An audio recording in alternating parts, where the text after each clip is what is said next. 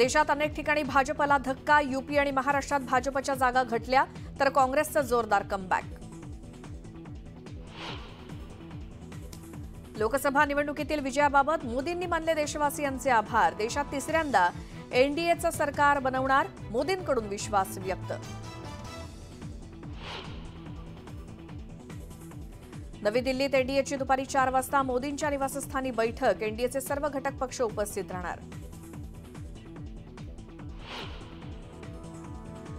India आघाडीची मल्लिकार्जुन खरगेंच्या निवासस्थानी बैठक, सत्ता स्थापनेच्या दाव्याबाबत निर्णय होणार।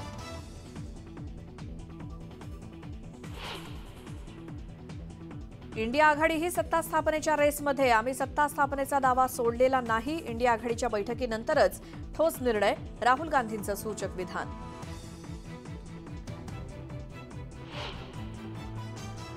सत्ता स्थापनेचा दावा केलाच पाहिजे, इंडिया आघाडीचा पंतप्रधान पदाचा उमेदवार आज ठरेल, उद्धव ठाकरेंचं वक्तव्य।